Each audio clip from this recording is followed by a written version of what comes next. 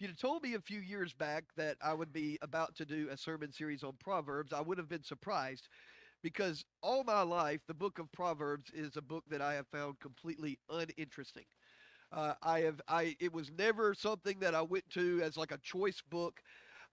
Romans that we just got through, that the great doctrines of Christ as our sacrifice of atonement, salvation by grace through faith, the perseverance of the saints, all these great, glorious doctrines that are so important. And I still stand by Romans is a rite of passage book for the Christian, and I've always been attracted to books like that.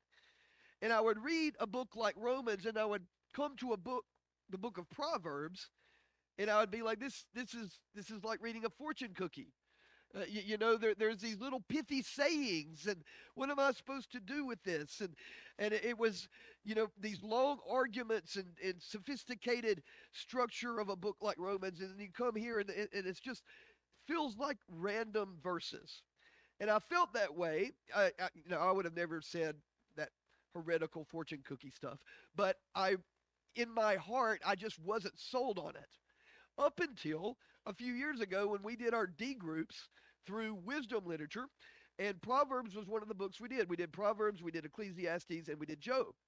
And my conviction in doing those books was because part of learning how to read your Bible is learning how to read the different genres of the Bible. Reading Proverbs is different than reading Romans, and it's different than reading Matthew, and it's different than reading Genesis. And it's important for us as Christians to learn how to read the different sections of the Bible correctly. So Proverbs made sense. And it was in going through the book of Proverbs with my D group that I began to see the depth that is actually there. How very important and needed this book is for the current 21st century church. It is about wisdom. And we see Proverbs, we come to Proverbs, it's different than going to other types of books. Proverbs are not commandments. Neither are they promises. Neither are they prophecies. They're Proverbs.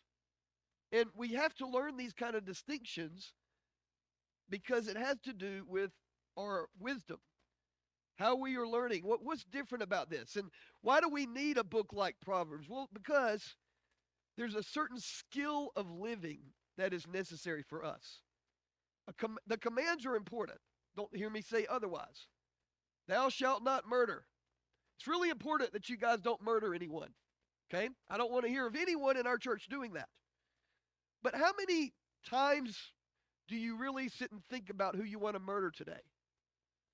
Probably, I hope, probably not very often. The commands are there. They're solid. We don't debate them. We try to obey them. We don't obey them perfectly.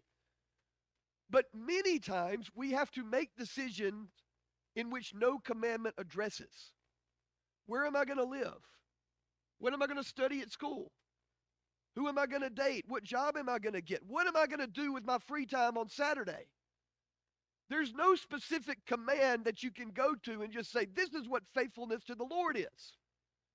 So because we live so much of our life in these gray areas, there's a skill of living that we need, that the Lord would teach us. That's where the book of Proverbs come in.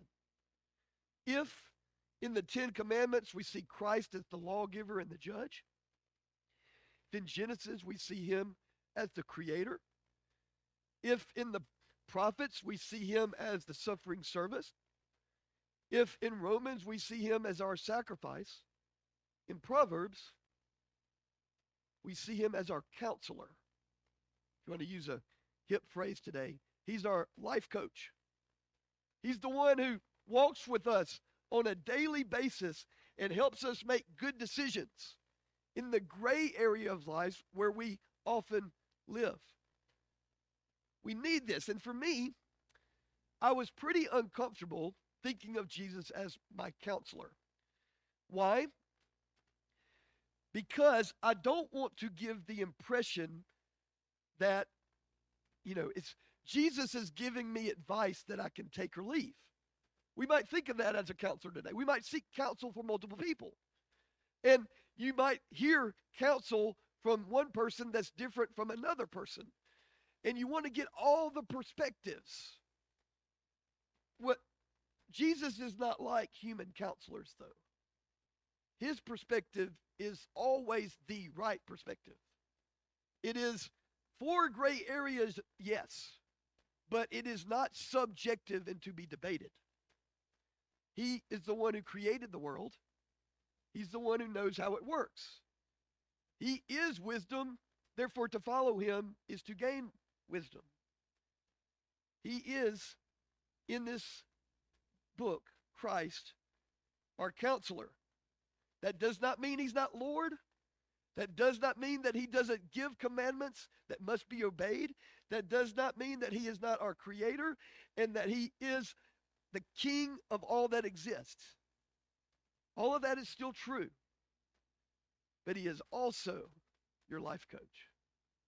He's the one that's going to walk with you through the day to day. When I was approaching this series, it took a lot of preparation, a lot more preparation than a book like Romans. It's very easy to say, okay, well, in Romans we're going to read these verses, and then the next week we're going to look at the next verses. It took me an afternoon to kind of map out a whole sermon series with Romans. But with Proverbs, you can't approach it that way. One verse might say one thing, and then the next verse say something completely different topic. It's not arranged in the same way.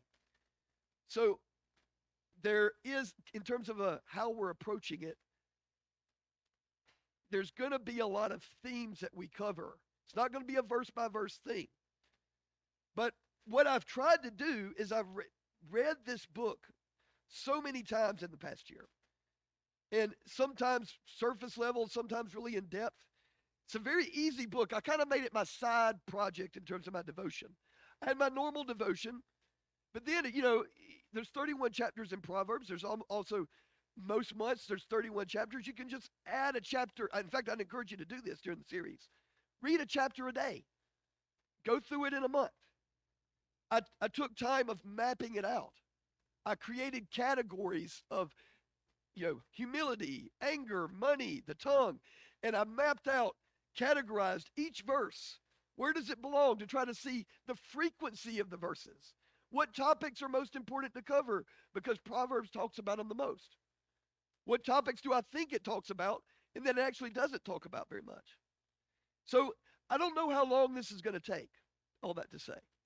And somebody asked if this was an introductory sermon, and it kind of is, but it's also true that probably the next 3 or 4 are going to be kind of like introductory sermons because we're looking at it from a big picture view. In these verses that we looked at today, it identifies Solomon as kind of responsible for this book. I'm not going to say author, I'm going to say responsible for it. A lot of it he did write. But it's also true that there was other contributions given in this. Here he identifies himself with David. He identifies himself as the king. But some dispute the authorship because there are some verses that are actually almost direct quotes from like Egyptian literature. And so people would say, oh, well, what's going on there? Solomon didn't seem to write this, and maybe he did, maybe he didn't. Either way, I don't have a problem with it because Solomon is the one who is the gatekeeper for these Proverbs. Someone else could have written it.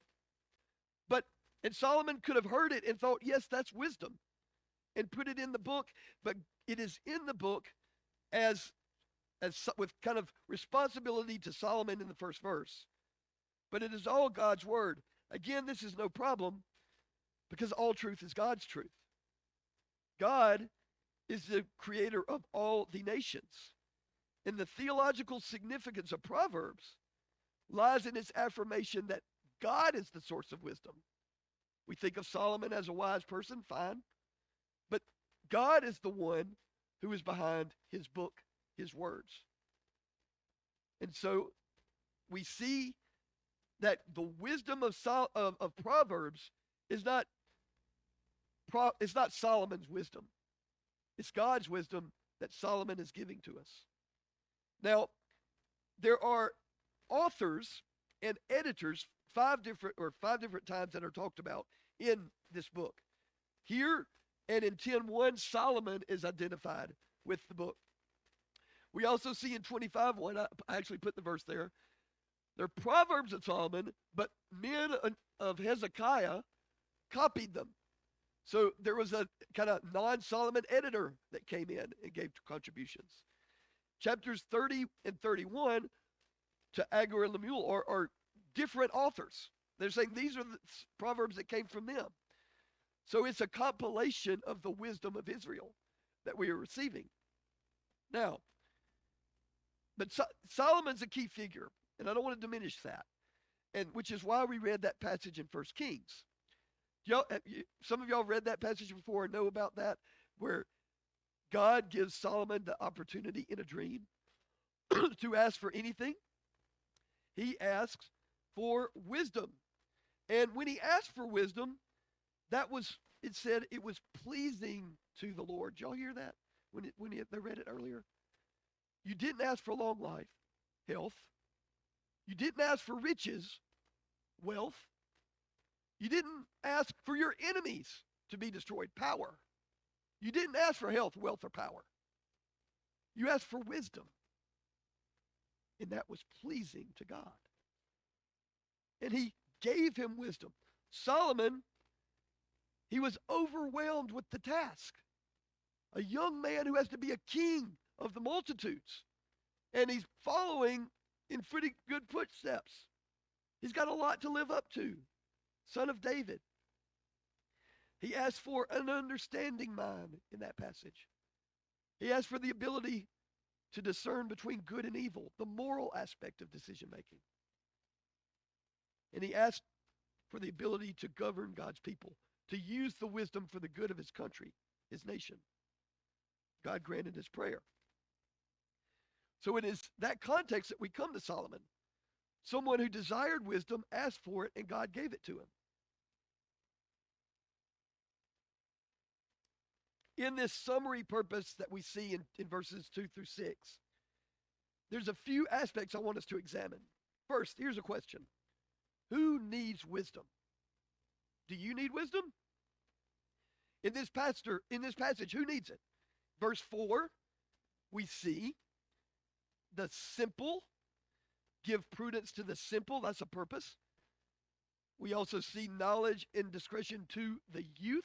The youth need it. And then in verse 5, the wise also need it. Very interesting. Now, the simple. In the book of Proverbs, the simple, to be simple, is not a compliment. The world is complicated. And if you are simple or content with being simple, you're not ready to live in the world. The world is difficult. These gray area decisions you're going to have to make are going to be overwhelming. There's innumerable factors that go into living wisely. It is not a simple thing to live life. So if you are here and you're simple, he's saying the Proverbs are going to help you gain prudence. Be careful. You're not ready for the world if you think it's simple. It's not. You need wisdom. Here, it also says to the youth. Discretion to the youth. Now, there is a sense in Proverbs which age is honored. And the reason it's honored is because wisdom and knowledge grows over time. It's not an overnight thing. The more you live and learn, the more you're able to live and learn well. You learn lessons and you improve. The youth, it's not that the youth are just stupid, it's that they've lived less. Therefore, they have less experience, they have less information than the old, generally speaking. So it's saying that the discretion, now, I'll say this. Being old does not mean wise either. Think of it this way.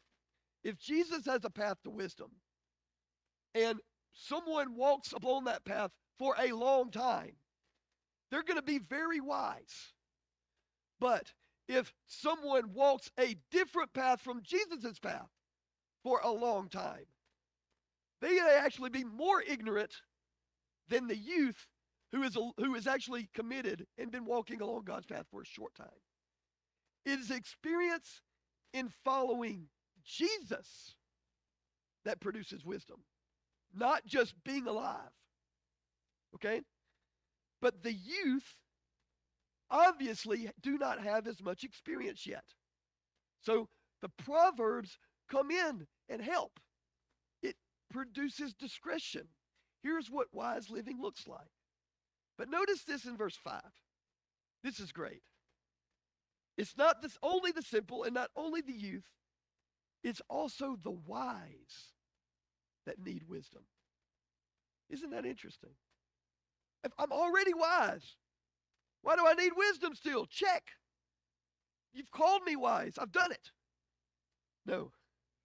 Proverbs doesn't present it that way. Wisdom is not something you just arrive at. It's a constant growth. And the minute you stop growing in wisdom, you start growing in ignorance. You go backwards when you stop going forwards in this. It's a treadmill. Life is going to beat you down if you think that you're going to get through it without constant growth, without a constant desire to grow wise. Now, what does this word even mean, wisdom? What are we even talking about? The purpose here, verse 2, the Proverbs, to know wisdom and instruction. What does it mean to know wisdom? Well, the Hebrew word is the word hakmah, and it carries the idea of skill.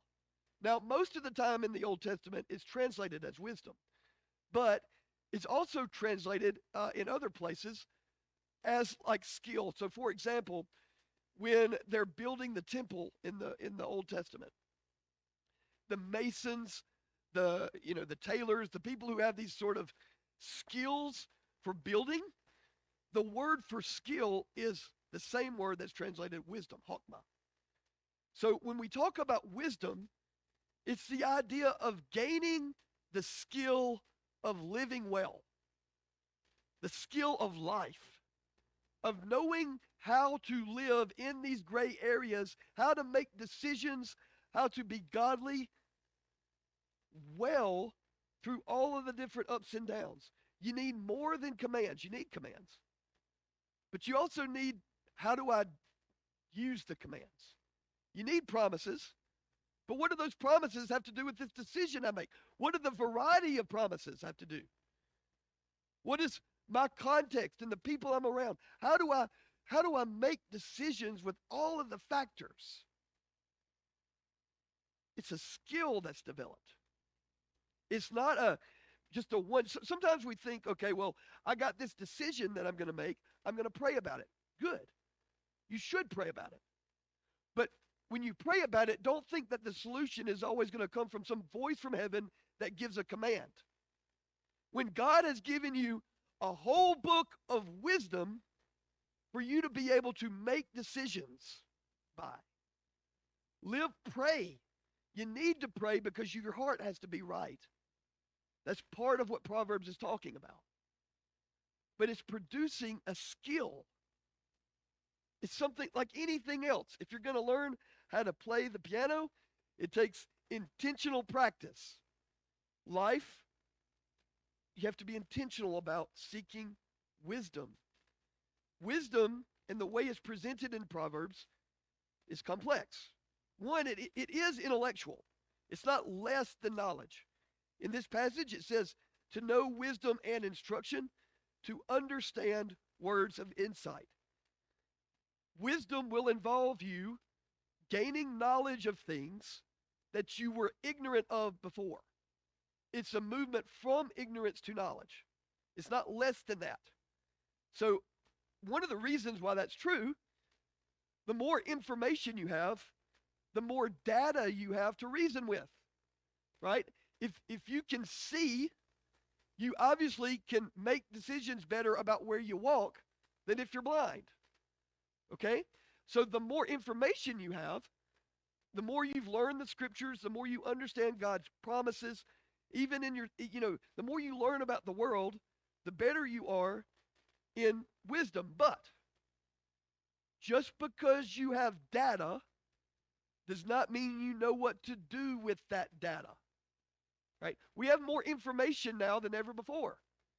Back when I was growing up, before the age of smartphones, and rarely did we have internet and things like that, we got in a debate about something, about what actor was in a certain movie or something, and we disagreed, we would have no way of resolving that argument at dinner. We just end in an argument.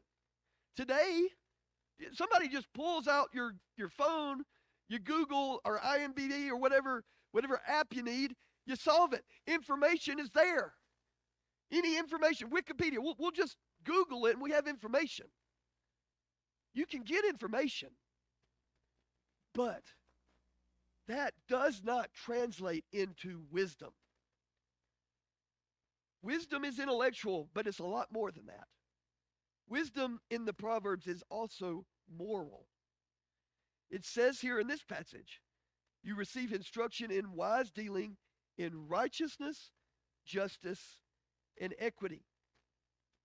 Just because you know something doesn't mean you want to do it. We rebel and we sin all the time. We have to learn prudence. We have to learn discretion. There's a moral aspect to living correctly. And our sin nature affects that.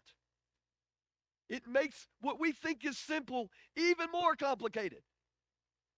Because we have these competing desires about whether we won't even want to live according to the way God wants us to. We have to decide whether we want to build our own kingdom or whether we want to build God's kingdom. We have a moral thing that affects our wisdom. Wisdom is moral. Wisdom is also emotional. It includes what's referred to today as EI, or emotional intelligence. It means you can recognize your emotions and control them rather than letting your emotions control you. Here's an example from Proverbs. Proverbs, this is chapter 14, verse 29. Whoever is slow to anger has great understanding, but he who has a hasty temper exalts folly. You're going to be angry. That's going to happen. It's not a sin to be angry. Jesus was angry sometimes. But we recognize how much folly can come out of anger. How much you can ruin things in your anger. So the person, it's not saying never be angry. It's saying being slow to anger. The understanding, the wise person can control their emotions. When they're angry, they can stop, back up, reflect. Is this worth being angry about? Being slow to anger, speaking truth to your emotions and controlling them. Wisdom involves that. It's a skill that you develop. Are you an angry person? Develop the skill of being slow to anger. That's what Proverbs is about. That's what Christ, our counselor, is about. A skill for living. But it's also true, and it is shouted in this passage, wisdom is spiritual. Wisdom is spiritual. Maybe the most famous verse in this whole book is verse 7. The fear of the Lord is the beginning of knowledge. The beginning of knowledge is the fear of the Lord. It's true, gray hair is honored. Old age is honored. The old have more experience in living than the young. But even gray hairs do not bring with them omniscience. I have a few gray hairs. But I am not all-knowing.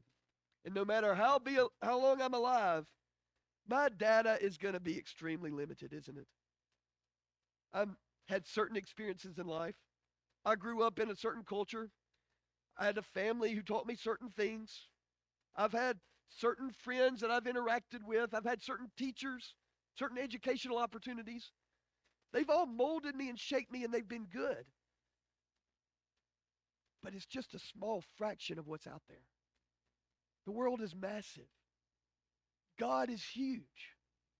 There are different cultures, there are different wisdom that I have not even begun to comprehend or think about. The world is way bigger than me. It's way bigger than any of us.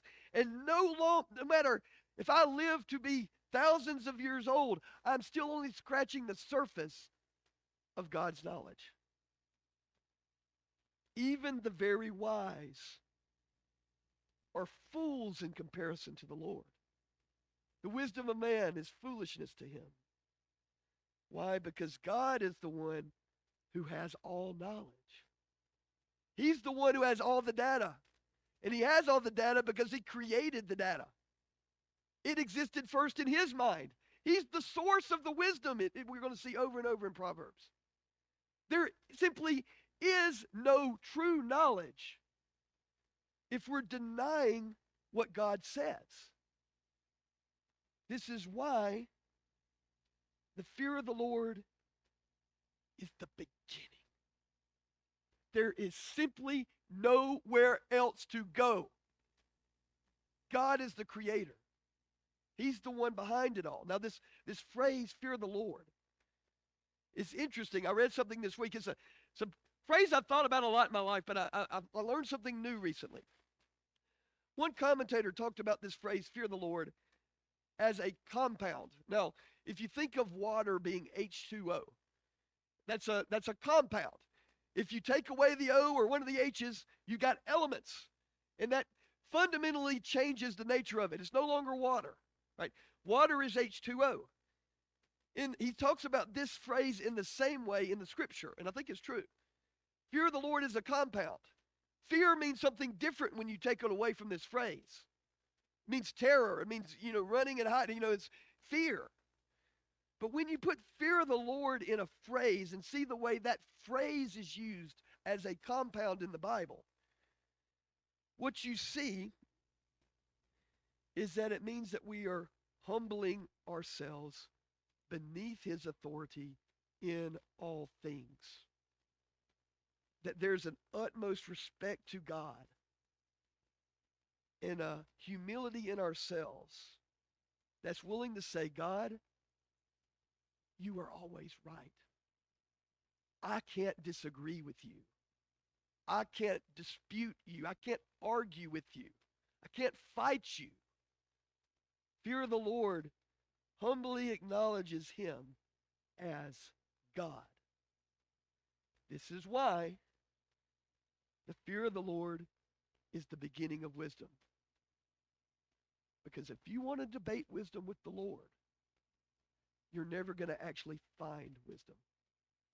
You either accept what he says or you accept what you think. Either he's your judge or you're his judge. But wisdom comes from the Lord.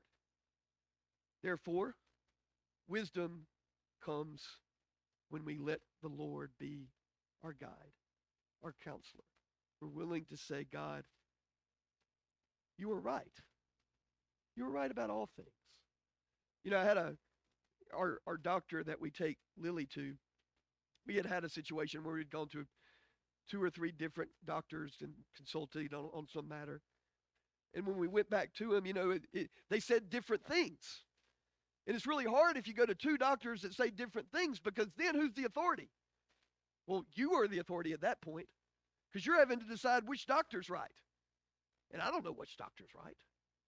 So what I think was wisdom was that my doctor said, no, from now on, un sole vie, one opinion. You follow what I say. And this is the situation we're with God.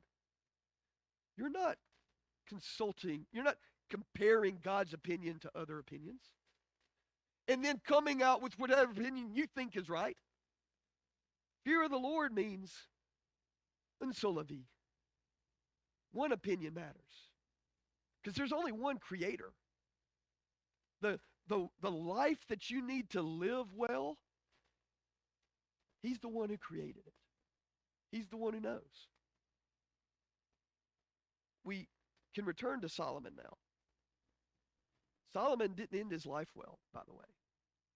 Yeah, he's honored here in Proverbs, and he's known as the wise king. But let's not forget that he did not continue to walk in wisdom. It says later in 1 Kings chapter 11, when Solomon was old, his wives turned away his heart after other gods, and his heart was not wholly true to the Lord his God, as was the heart of David his father. He began to take other opinions. He began to seek other counsel. He began to compare the counsel he got with others to the counsel he got with the Lord. And he made the decision about which one was right. And in following his own heart rather than following the Lord, he turned away. He became unwise. He didn't follow his own advice that we see in Proverbs 19. Proverbs 19:27. Cease to hear instruction, my son, and you will stray from the words of knowledge. Even the wise need wisdom. Spiritual success today does not mean spiritual success tomorrow. None of us have arrived. None of us is anywhere close to knowing what God knows. And none of us can say we're not sufficient. We need the Lord in all of the decision-making aspects of our lives. We live in a complicated world. Solomon, we can relate, he was as a youth, overwhelmed with the complications of ruling a kingdom.